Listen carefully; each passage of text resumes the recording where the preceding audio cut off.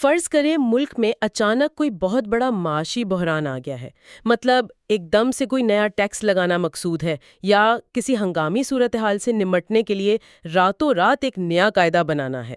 ہاں، یہ تو اکثر ہوتا رہتا ہے، لیکن مسئلہ تب کھڑا ہوتا ہے جب قومی اسمبلی اور سینٹ آپس میں کسی بات پر متفق ہی نہیں ہو رہے۔ بالکل، یا پھر فرض کریں کہ پارلیمنٹ کا اجلاس ہی نہیں ہو رہا، تو ایسے میں کیا ہوگا؟ کیا ریاست کا پورا پہیہ وہیں جام ہو جائے گا؟ یہی تو وہ سوال ہے جو اکثر ذہنوں میں الجھن پیدا کرتا ہے۔ اسی لیے آج ہم 1973 کے اس انجن روم کا دروازہ کھول رہے ہیں، جہاں سے یہ اصل طاقت جنریٹ ہوتی ہے۔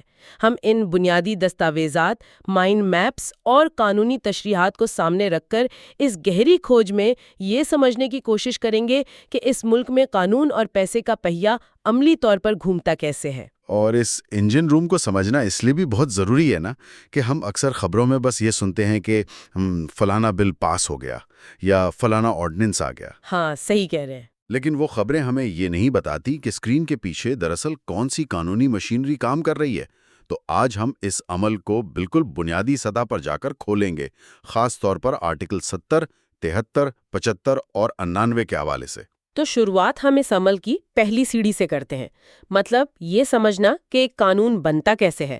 جہاں تک میں نے ان دستاویزات کو سمجھا ہے، آئین کا آرٹیکل 70 ہمیں اس کا راستہ دکھاتا ہے۔ بالکل صحیح۔ کسی بھی نئے قانون کا آغاز ایک بل سے ہوتا ہے۔ اب یہ بل، جو کہ ایک مسودہ یا تجویز ہے، وہ پارلیمنٹ کے کسی بھی ایوان میں پیش کیا جا سکتا ہے۔ جی، یہ قومی اسمبلی سے بھی شروع ہو سکتا ہے اور سینٹ سے بھی، اور دیکھیں یہیں سے اس کی اصل جانچ شروع ہوتی ہے۔ اچھا۔ ہاں، کیونکہ جب کوئی بل کسی ایک ایوان میں پیش ہوتا ہے تو وہ سیدھا پاس نہیں ہو جاتا، اس پر تفصیلی بحث ہوتی ہے، متعلقہ کمیٹیاں اس کا باریک بینی سے جائزہ لیتی ہیں۔ ہاں، مطلب ایک لمبا پروسیس ہوتا ہے۔ بالکل، اور جب وہ ایوان اسے کثرت رائے سے منظور کر لیتا ہے تو پھر وہ دوسرے ایوان میں جاتا ہے۔ مثال کے طور پر اگر بل قومی اسمبلی سے منظور ہوا ہے تو وہ سیدھا سینٹ کے پاس جائے گا۔ یعنی ملک کا باقاعدہ قانون بننے کے لیے دونوں ایوانوں کا اس ایک ہی مسودے پر متفق ہونا لازمی ہے۔ 100% لازمی ہے۔ ایک منٹ، مجھے یہاں ایک عملی الجھن نظر آ رہی ہے۔ میں سوچ رہی تھی کہ فرض کریں جس سیاسی جماعت کی حکومت ہے، اس کی قومی اسمبلی میں تو اکثریت ہے، تو انہوں نے اپنا بل وہاں سے تو مزے سے پاس کروا لیا۔ صحیح۔ لیکن سینٹ میں اپوزیشن کی اکثریت ہے، اور سینٹ اس بل کو مسترد کر دیتا ہے یا اس میں ایسی تبدیلیاں کر دیتا ہے جو حکومت کو بالکل بھی قابل قبول نہیں ہے۔ تو اس صورت میں کیا ہوگا؟ تو کیا حکومت کی ساری محنت ضائع ہو گئی؟ ہاں، کیا وہ بل وہیں مر جائے گا؟ دیکھیں، اگر آئین میں اس تعطل یا اس ڈیڈ لاک کا حل نہ ہوتا نا، تو شاید ریاست کا چلنا ہی ناممکن ہو جاتا۔ آئین بنانے والوں نے اس کا بڑا ہی دلچسپ حل نکالا ہے، جسے ہم جوائنٹ سٹنگ یا مشترکہ اجلاس کہتے ہیں۔ اچھا، جوائنٹ سٹنگ۔ ہاں، اگر دونوں ایوان کسی بل پر متفق نہیں ہو پا رہے تو صدر مملکت دونوں ایوانوں کو ایک ہی ہال میں اکٹھا بیٹھنے کا حکم دیتا ہے۔ واہ، مطلب سب ایک ساتھ؟ بالکل، اب قومی اسمبلی اور سینٹ کے تمام ارکان ایک ساتھ بیٹھتے ہیں اور اس بل پر دوبارہ ووٹنگ ہوتی ہے۔ اب جو فیصلہ اس مشترکہ اجلاس میں اکثریت سے ہوگا وہی حتمی مانا جائے گا۔ ارے، یہ تو بالکل ایسے ہے جیسے کسی بڑے ریسٹوران میں ایک نئی ڈش متعارف کروانی ہو۔ ڈش کی ترکیب پر دونوں ہیڈ شیفز کا متفق ہونا ضروری ہے۔ ایک شیف ہماری قومی اسمبلی ہے اور دوسرا سینٹ ہے۔ زبردست مثال ہے نا؟ اگر ان میں جھگڑا ہو جائے کہ اس میں نمک کتنا ڈالنا ہے، تو وہ الگ الگ کچن میں بحث کرنے کے بجائے ایک ہی میز پر بیٹھ کر فیصلہ کرتے ہیں، اور جس طرف زیادہ شیفز کا ووٹ ہوگا وہی ترکیب فائنل ہو جائے گی۔ بالکل، یہ تشبیہ اس عمل کو سمجھنے کے لیے بہت کارآمد ہے۔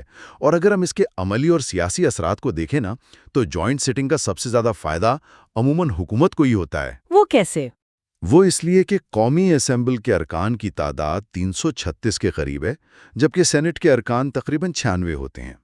تو جب دونوں اکٹھے بیٹھتے ہیں تو قومی اسمبلی کی عددی برتری کی وجہ سے حکومتی بل کے پاس ہونے کے امکانات خود بخود بہت زیادہ بڑھ جاتے ہیں۔ یہ تو بہت ہی اہم بات بتائی آپ نے۔ لیکن کہانی یہاں ختم نہیں ہوتی۔ ڈش تیار ہو گئی، دونوں شیفز متفق بھی ہو گئے، لیکن یہ ابھی تک گاہکوں کو پیش نہیں کی جا سکتی۔ یعنی اب صدر کا کردار شروع ہوتا ہے۔ آرٹیکل 75 کے تحت صدارتی منظوری۔ درست، جب دونوں ایوان یا جوائنٹ سٹنگ کسی بل کو منظور کر لیتے ہیں تو وہ بل ملک کے صدر کے پاس دستخط کے لیے جاتا ہے۔ کسی بھی بل کے ایکٹ یعنی باقاعدہ نافذ العمل قانون بننے کے لیے صدارتی دستخط انتہائی لازمی ہے۔ لیکن صدر کے دستخط کو اتنا لازمی قرار دینے کا کیا جواز ہے؟ مطلب عوام کے نمائندوں نے، پوری پارلیمنٹ نے مہینوں لگا کے ایک چیز پاس کی، تو اگر ایک شخص یعنی صدر اسے ایک جھٹکے میں ویٹو کر دے تو کیا یہ پارلیمنٹ کی بالادستی کے خلاف نہیں ہے؟ دیکھیں، اگر صدر کے پاس مکمل اور حتمی ویٹو ہوتا تو واقعی یہ پارلیمنٹ کی بالادستی کے خلاف ہوتا، لیکن 1973 کے آئین میں صدر کی ویٹو پاور بہت محدود ہے۔ اچھا، محدود کیسے؟ آرٹیکل 75 کے تحت صدر کے پاس صرف 10 دن کا وقت ہوتا ہے۔ وہ ان 10 دنوں میں یا تو بل پر دستخط کر دے یا پھر اسے واپس پارلیمنٹ کو بھیج دے۔ صحیح۔ اور وہ خالی ہاتھ واپس نہیں بھیجواتا، بلکہ اسے باقاعدہ تحریری طور پر بتانا ہوتا ہے کہ اسے کس شک پر اعتراض ہے اور وہ کیا تبدیلی چاہتا ہے۔ اچھا، تو مطلب وہ ایک طرح سے پارلیمنٹ کو مشورہ دے رہا ہوتا ہے کہ اس پر دوبارہ غور کرے۔ بالکل، اور یہی وہ مقام ہے جہاں پارلیمنٹ کی اصل طاقت سامنے آتی ہے۔ صدر نے بل واپس بھیج دیا، اب اگر پارلیمنٹ اسی بل کو صدر کی تجاویز کو مان کر یا انہیں بالکل نظر انداز کر کے دوبارہ جوائنٹ سیٹنگ سے پاس کر دے اور پھر صدر کو بھیجے تو اب صدر کے ہاتھ بندھے ہوئے ہیں۔ کیا واقعی اب وہ منع نہیں کر سکتا؟ جی ہاں، آپ اس سے 10 دن کے اندر ہر حال میں دستخط کرنے ہوں گے۔ اگر وہ پھر بھی نہیں کرتا تو 10 دن گزرتے ہی وہ بل خود بخود آئینی طور پر قانون بن جائے گا۔ یہ تو ایک زبردست طریقہ کار ہے۔ مطلب صدر کو ایک موقع دیا گیا ہے کہ وہ ریاست کے سربراہ کی حیثیت سے کوئی قانونی خامی پوائنٹ آؤٹ کر سکے۔ بالکل۔ لیکن حتمی اختیار پھر بھی عوام کے منتخب نمائندوں کے پاس ہی رہتا ہے۔ اور یہاں میں امتحانات کی تیاری کرنے والوں کے لیے ایک چھوٹی سی وارننگ دینا چاہوں گا، جسے ہم ایگزام الرٹ کہہ سکتے ہیں۔ ہاں، جو لوگ نوٹس بنا رہے ہیں وہ دھیان دیں۔ جی، آرٹیکل 70 جو بل پاس کرنے کا طریقہ کار ہے، اور آرٹیکل 75 یعنی صدر کی منظوری۔ خاص طور پر جوائنٹ سیٹنگ کا جو تصور ہے، یہ امتحانات میں سب سے زیادہ پوچھے جانے والے سوالات ہیں۔ یہ صرف ایک رسمی کارروائی نہیں ہے، بلکہ طاقت کا ایک بہت باریک توازن ہے۔ صحیح۔ تو اس سب کو سمیٹے تو ہم کہہ سکتے ہیں کہ عام قانون سازی کے سفر میں بحث ہے، اختلاف کی صورت میں جوائنٹ سیٹنگ ہے، اور صدارتی منظوری کے بعد وہ قانون بن جاتا ہے۔ بالکل، لیکن اب ہمیں ایک اور حقیقت کا سامنا کرنا ہے۔ وہ حقیقت کیا ہے؟ دیکھیں، قانون تو بن گیا، آپ نے فرض کریں ایک نیا ادارہ بنانے کا بل پاس کر لیا، لیکن اس ادارے کی عمارت کہاں سے آئے گی؟ اس میں کام کرنے والوں کی تنخواہیں کون دے گا؟ ہاں، پیسے کے بغیر تو کچھ نہیں ہو سکتا نا۔ بالکل، قانون محض کاغذ پر لکھی ہوئی سیاہی ہے جب تک کہ اس کے پیچھے اس پر عمل درآمد کروانے کے لیے معاشی طاقت نہ ہو، اور یہی بات ہمیں ریاست کے سب سے حساس حصے کی طرف لے جاتی ہے، خزانے کا کنٹرول۔ جس کے لیے ہمیں آرٹیکل 73 اور 78 کی طرف جانا ہوگا۔ مطلب عام بلز میں تو ہم نے دیکھا کہ قومی اسمبلی اور سینٹ برابری کی سطح پر کھیل رہے تھے، لیکن جب بات آتی ہے منی بل کی، یعنی وہ بل جس کا تعلق ٹیکس لگانے، ہٹانے یا حکومتی اخراجات سے ہو، تو وہاں سینٹ کو تو مکمل طور پر کھیل سے باہر ہی کر دیا گیا ہے۔ یہ بہت زبردست مشاہدہ ہے آپ کا۔ ہاں نا، آرٹیکل 73 واضح کرتا ہے کہ منی بل صرف اور صرف قومی اسمبلی میں پیش کیا جا سکتا ہے، سینٹ اس پر ووٹ دے ہی نہیں سکتا۔ اور یہی اس آئین کی ایک بہت گہری فلسفی ہے۔ پہلے ذرا یہ سمجھتے ہیں کہ یہ سارا پیسہ جاتا کہاں ہے۔ آرٹیکل 78 کے تحت ریاست کا ایک مرکزی خزانہ ہے جسے فیڈرل کنسولیڈیٹڈ فنڈ یا وفاقی مجموعی فنڈ کہتے ہیں۔ اچھا، یہ ایک طرح کا مرکزی بینک اکاؤنٹ ہو گیا؟ بالکل، حکومت جتنا بھی ٹیکس اکٹھا کرتی ہے، IMF یا کسی اور ملک سے جو بھی قرض لیتی ہے یا کوئی فیس وغیرہ لگاتی ہے، یہ سب کا سب سیدھا اس ایک فنڈ میں جا کر گرتا ہے۔ اب اس خزانے سے 1 روپیہ بھی نکالنے کے لیے بجٹ یا منی بل پاس کروانا پڑتا ہے۔ اور وہ نکالنے کا اختیار صرف قومی اسمبلی کو ہے، سینٹ کو نہیں ہے۔ سینٹ تو شاید صرف مشورہ دے سکتی ہے، جسے ماننا یا پھینک دینا قومی اسمبلی کی مرضی ہے۔ جی بالکل۔ لیکن مجھے یہاں ایک بات بہت کھٹک رہی ہے، سینٹ بھی تو پارلیمنٹ کا حصہ ہے نا؟ اس میں چاروں صوبوں کی برابری کی بنیاد پر نمائندگی موجود ہے۔ صحیح۔ مطلب بلوچستان جس کی آبادی کم ہے، اس کے بھی سینٹ میں اتنے ہی ارکان ہیں جتنے پنجاب کے۔ تو سینٹ کو بجٹ سے باہر رکھنے کا مطلب یہ نہیں ہے کہ چھوٹے صوبوں کو مالیاتی فیصلوں سے بالکل باہر کر دیا گیا؟ آپ نے اس کی سب سے بڑی اور اہم دھوکتی رگ پر ہاتھ رکھا ہے۔ بظاہر دیکھنے میں یہ واقعی ایک ناانصافی لگتی ہے، لیکن اس کے پیچھے ایک عالمگیر جمہوری اصول کار فرما ہے۔ وہ کیا اصول ہے؟ وہ اصول ہے کہ نمائندگی کے بغیر کوئی ٹیکس نہیں۔ دیکھیں، قومی اسمبلی کے ارکان عوام کے براہ راست ووٹ سے منتخب ہو کر آتے ہیں، وہ سیدھا عوام کو جواب دہ ہیں، جبکہ سینٹ کے ارکان کو صوبائی اسمبلیاں منتخب کرتی ہیں، یعنی وہ بالواسطہ آتے ہیں۔ اچھا، تو چونکہ پیسہ براہ راست عوام کی جیب سے نکل رہا ہے، اس لیے اس کا فیصلہ بھی وہی ادارہ کرے گا جو براہ راست عوام سے آیا ہے۔ 100% درست۔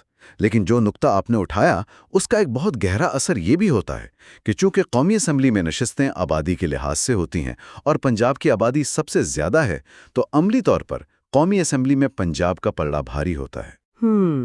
یہ تو ہے۔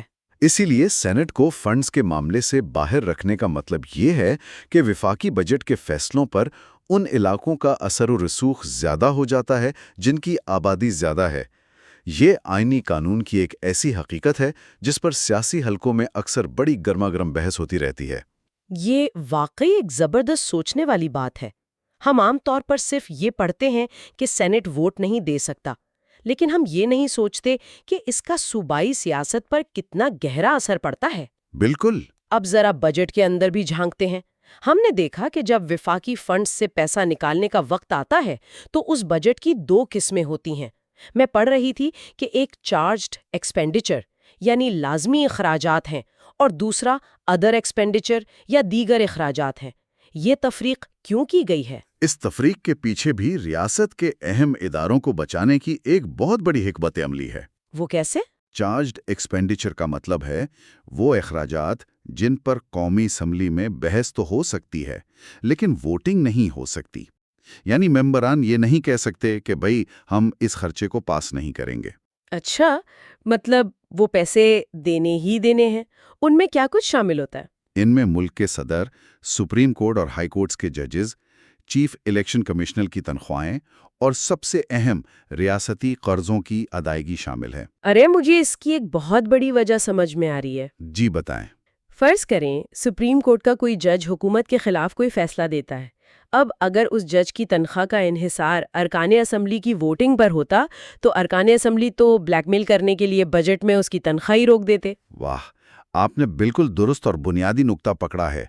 عدلیہ اور الیکشن کمیشن جیسے اداروں کی آزادی کو برقرار رکھنے کے لیے ہی ان کے اخراجات کو چارجڈ رکھا گیا ہے تاکہ سیاستدان انہیں مالی طور پر بلیک میل نہ کر سکیں۔ یہ تو بہت زبردست سوچ ہے۔ اور دوسری طرف جو ووٹڈ یعنی دیگر اخراجات ہیں، ان میں نئی سڑکیں بنانا، ہسپتال بنانا، وزارتوں کا خرچہ وغیرہ شامل ہے۔ ان پر باقاعدہ ووٹنگ ہوتی ہے۔ حکومت کو یہ خرچے پاس کروانے کے لیے اسمبلی میں اپنی اکثریت ثابت کرنی پڑتی ہے۔ اسے اگر ہم ایک گھر کے بجٹ کی طرح دیکھیں تو سمجھنا بہت آسان ہو جائے گا۔ بالکل۔ مطلب گھر کا کرایہ، بجلی کا بل یا پرانے قرض کی قسط، یہ سب چارجڈ اخراجات ہیں۔ آپ گھر میں بیٹھ کر اس پر بحث تو کر سکتے ہیں کہ بل اتنا زیادہ کیوں آیا، لیکن بل دینا تو ہر حال میں ہے۔ ہاں، بل تو بھرنا پڑے گا۔ لیکن دوسری طرف گرمیوں کی چھٹیوں پر کہاں جانا ہے یا گھر کا نیا صوفہ لینا ہے یا نہیں، یہ وہ اخراجات ہیں جن پر گھر والے مل کر فیصلہ اور ووٹنگ کرتے ہیں کہ اس بار یہ خرچہ کرنا ہے یا نہیں۔ زبردست مثال ہے۔ اور یہاں ایک اور ایگزام الرٹ دیتا چلوں۔ آرٹیکل 73 یعنی منی بل کا صرف قومی اسمبلی میں پیش ہونا اور آرٹیکل 78 کے تحت چارجڈ اور ووٹڈ اخراجات کا یہ فرق، یہ امتحانات اور انٹرویوز کا ایک کلاسک ٹریپ ہے۔ ہاں، لوگ اکثر کنفیوز ہو جاتے ہوں گے۔ بالکل۔ اکثر طالب علم صرف رٹا لگا لیتے ہیں کہ کون سا خرچہ کس کیٹیگری میں ہے، لیکن اس کا کیوں نہیں جانتے، اور اس کیوں کو سمجھے بغیر آئین کی روح سمجھ نہیں آتی۔ صحیح بات ہے۔ اچھا، ہم نے عام قانون سازی دیکھ لی، مالیاتی کنٹرول کی طاقت بھی دیکھ لی۔ آپ ذرا ایک بالکل مختلف صورتحال کا تصور کرتے ہیں۔ کیسی صورتحال؟ فرض کریں آج پارلیمنٹ کا سیشن ختم ہو گیا ہے، ارکان اپنے اپنے علاقوں میں واپس جا چکے ہیں اور اگلے ہی دن کوئی بہت بڑی ہنگامی صورتحال آ جاتی ہے۔ جیسے کوئی قومی سلامتی کا مسئلہ؟ ہاں، کوئی سائبر اٹیک ہو جاتا ہے یا پھر کوئی نئی عالمی وبا پھیل جاتی ہے جس سے نمٹنے کے لیے فوری طور پر ایک سخت قانونی فریم ورک چاہیے، مثلا لاک ڈاؤن لگانے کا قانون۔ یہ تو بہت سنگین مسئلہ بن سکتا ہے۔ اب عام طریقہ کار تو یہ ہے کہ بل اسمبلی میں آئے گا، پھر سینٹ میں جائے گا، بحث ہوگی، اس میں تو ہفتے یا مہینے لگ سکتے ہیں۔ لیکن وائرس یا بحران تو پارلیمنٹ کا انتظار نہیں کرے گا نا، تو ریاست اس وقت کیا کرے گی؟ یعنی وہ لمحہ جب قانون ساز ادارہ موجود نہیں ہے لیکن قانون کی ضرورت فوراً سے پیشتر ہے، بالکل یہی بات۔ تو یہاں آئین کا آرٹیکل 89 حرکت میں آتا ہے، جو صدر مملکت کو آرڈیننس جاری کرنے کا اختیار دیتا ہے۔ اچھا، یہ ہے وہ مشہور آرڈیننس جس کا ذکر اکثر نیوز چینلز پر ہوتا ہے۔ یہ کام کیسے کرتا ہے؟ دیکھیں، جب پارلیمنٹ کا اجلاس نہ ہو رہا ہو اور حکومت کو محسوس ہو کہ فوری کارروائی ناگزیر ہے، تو وزیر اعظم یا کابینہ کے ایڈوائس پر صدر ایک آرڈیننس جاری کر دیتا ہے۔ اس آرڈیننس کی طاقت اور قانونی حیثیت کا لیول بالکل وہی ہوتا ہے جو پارلیمنٹ کے منظور کردہ کسی بھی پکے قانون کا ہوتا ہے۔ مطلب ادارے اس کو ماننے کے پابند ہیں؟ بالکل، پولیس، عدلیہ اور تمام ادارے اس آرڈیننس کو ایک باقاعدہ قانون مان کر اسی وقت سے اس پر عمل درآمد شروع کر دیتے ہیں۔ یہ اپنی جگہ، لیکن میرے ذہن میں ایک بہت بڑا سوالیہ نشان ابھر رہا ہے۔ جی، کیا سوال ہے؟ اگر صدر یا حکومت کے پاس یہ طاقت ہے کہ وہ بغیر کسی بحث کے، بغیر اپوزیشن کے سوالوں کا سامنا کیے راتوں رات ایک قانون نافذ کر دے، تو پھر پارلیمنٹ کی کیا ضرورت ہے؟ یہ بہت پرانا اور اہم اعتراض ہے۔ مطلب ایک ایسی حکومت جس کی قومی اسمبلی یا سینٹ میں اکثریت نہیں ہے، وہ تو اپنے ہر متنازع فیصلے کو آرڈیننس کے ذریعے ہی نافذ کر لے گی؟ یہ تو مجھے آئین کے اندر موجود ایک آمریت کا راستہ یا کوئی چور دروازہ محسوس ہوتا ہے۔ آپ کا یہ شکوہ بہت حد تک ان لوگوں سے ملتا جلتا ہے جو قانونی اور سیاسی حلقوں میں اس صدارتی اختیار کی شدید مخالفت کرتے ہیں۔ واقعی یہ ایک بہت بڑا شارٹ کٹ ہے، لیکن آئین نے اس شارٹ کٹ پر ایک بہت سخت ٹائمر لگا دیا ہے۔ ٹائمر؟ کیسا ٹائمر؟ آرٹیکل 99 واضح کرتا ہے کہ صدر کا جاری کردہ یہ آرڈیننس صرف 120 دن تک زندہ رہ سکتا ہے۔ صرف 120 دن؟ جی ہاں، جیسے ہی 120 دن پورے ہوں گے وہ آرڈیننس خود بخود ختم ہو جائے گا، الا یہ کہ ان 120 دنوں کے اندر حکومت اس آرڈیننس کو باقاعدہ ایک بل کی شکل میں پارلیمنٹ میں پیش کرے اور اسے دونوں ایوانوں سے پاس کروا لے۔ ارے واہ، یہ تو بڑی دلچسپ شرط ہے۔ اس کی مثال تو بالکل ایسی ہے جیسے آپ ہائی وے پر سفر کر رہے ہیں اور اچانک گاڑی کا ٹائر پنکچر ہو جائے۔ تو آپ کیا کریں گے؟ ظاہر ہے اب آپ نیا ٹائر بننے کا انتظار تو نہیں کر سکتے نا، تو آپ ڈگی سے چھوٹا اسپیئر ٹائر نکال کر لگا لیتے ہیں۔ وہ اسپیئر ٹائر صدارتی آرڈیننس ہے، وہ آپ کو اس ہنگامی صورتحال سے نکال کر آپ کا سفر تو دوبارہ شروع کروا دیتا ہے۔ بالکل صحیح۔ لیکن آپ اس چھوٹے ٹائر پر پوری زندگی تو گاڑی نہیں چلا سکتے نا۔ آپ کو ایک مقررہ وقت کے اندر میکینک کی دکان پر یعنی پارلیمنٹ کے پاس جانا ہی پڑتا ہے تاکہ اصلی اور پکا کام کروایا جا سکے۔ کیا زبردست مثال دی آپ نے، اور یہی وہ میکینزم ہے جو جمہوریت کو بچاتا ہے۔ 120 دن کی حد اس بات کو یقینی بناتی ہے کہ ہنگامی صورتحال کے نام پر کوئی مستقل آمریت مسلط نہ ہو جائے۔ مطلب آخر کار پارلیمنٹ کے پاس آنا ہی پڑتا ہے۔ جی، آخر کار ایگزیکٹو کو لیجسلیچر یعنی قانون سازوں کے سامنے سر تسلیم خم کرنا ہی پڑتا ہے۔ حکومت 120 دن تک تو اپنی مرضی چلا سکتی ہے، لیکن پھر اسے اپوزیشن کا سامنا کرنا پڑے گا، اور اگر پارلیمنٹ اسے مسترد کر دے تو وہ قانون اسی دن ردی کی ٹوکری میں چلا جاتا ہے۔ اور ہاں، ایگزام کے حوالے سے آرٹیکل 99 اور یہ 120 دن کی میعاد بہت اہم سوال ہیں۔ بالکل۔ تو اگر ہم آج کی اس طویل اور گہری بحث کو ایک فریم میں دیکھیں تو یہ بات صاف ہو جاتی ہے کہ یہ آئین محض کتابی دفعات کا مجموعہ نہیں ہے، بلکہ یہ طاقت کو متوازن کرنے کا ایک زبردست جیتا جاگتا نظام ہے۔ بالکل درست۔ ہم نے دیکھا کہ کیسے عام قانون سازی ایک طویل بحث اور جوائنٹ سٹنگ جیسے میکینزم سے گزرتی ہے۔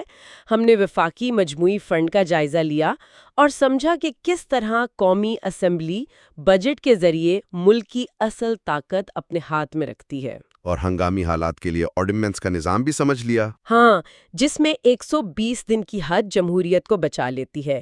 یہ سب وہ پرزے ہیں جو ایک دوسرے کے ساتھ جڑ کر اس ملک کو چلاتے ہیں۔ اگر آپ لوگ یہ سن رہے ہیں تو اگلی بار جب خبروں میں سنیں کہ قومی اسمبلی میں منی بل پیش ہو گیا یا جوائنٹ سٹنگ بلائی جا رہی ہے تو آپ کو ٹھیک اندازہ ہوگا کہ پس پردہ اختیارات کی کون سی جنگ لڑی جا رہی ہے۔ بالکل، اب خبریں سننے کا مزہ ہی کچھ اور ہوگا۔ اور اب اس سے پہلے کہ ہم آج کے اس ڈیپ ڈائیو کو ختم کریں، میں ایک ایسی سوچ کے ساتھ اس کو چھوڑنا چاہوں گی جس پر آئینی ماہرین آج تک بحث کرتے ہیں۔ وہ کیا ہے؟ ہم نے صدارتی آرڈیننس کی 120 دن کی زندگی پر بات کی نا۔ اب ذرا تصور کریں، صدر نے ایک آرڈیننس جاری کر دیا جس کے تحت کسی خاص جرم کی سزا راتوں رات بڑھا دی گئی۔ اچھا، ٹھیک ہے۔ 120 دن تک وہ قانون نافذ رہا۔ اس دوران کچھ لوگوں کو اس نئے قانون کے تحت گرفتار کیا گیا، ان پر جرمانے ہوئے اور انہیں باقاعدہ سزائیں بھی سنا دی گئیں۔ لیکن 120 دن بعد جب وہ آرڈیننس پارلیمنٹ میں گیا تو پارلیمنٹ نے اسے یکسر مسترد کر دیا۔ یہ تو بڑا پیچیدہ مسئلہ بن جائے گا۔ یہی تو اب سوال یہ پیدا ہوتا ہے کہ ان 120 دنوں میں جن لوگوں کی زندگیاں اس وقتی قانون کے تحت متاثر ہوئیں، جنہیں سزائیں ملیں، ان کا کیا ہوگا؟ کیا ریاست ان سے معافی مانگے گی؟ کیا ان کے جرمانوں کی رقم واپس کی جائے گی؟ یا وہ سزائیں اپنی جگہ برقرار رہیں گی؟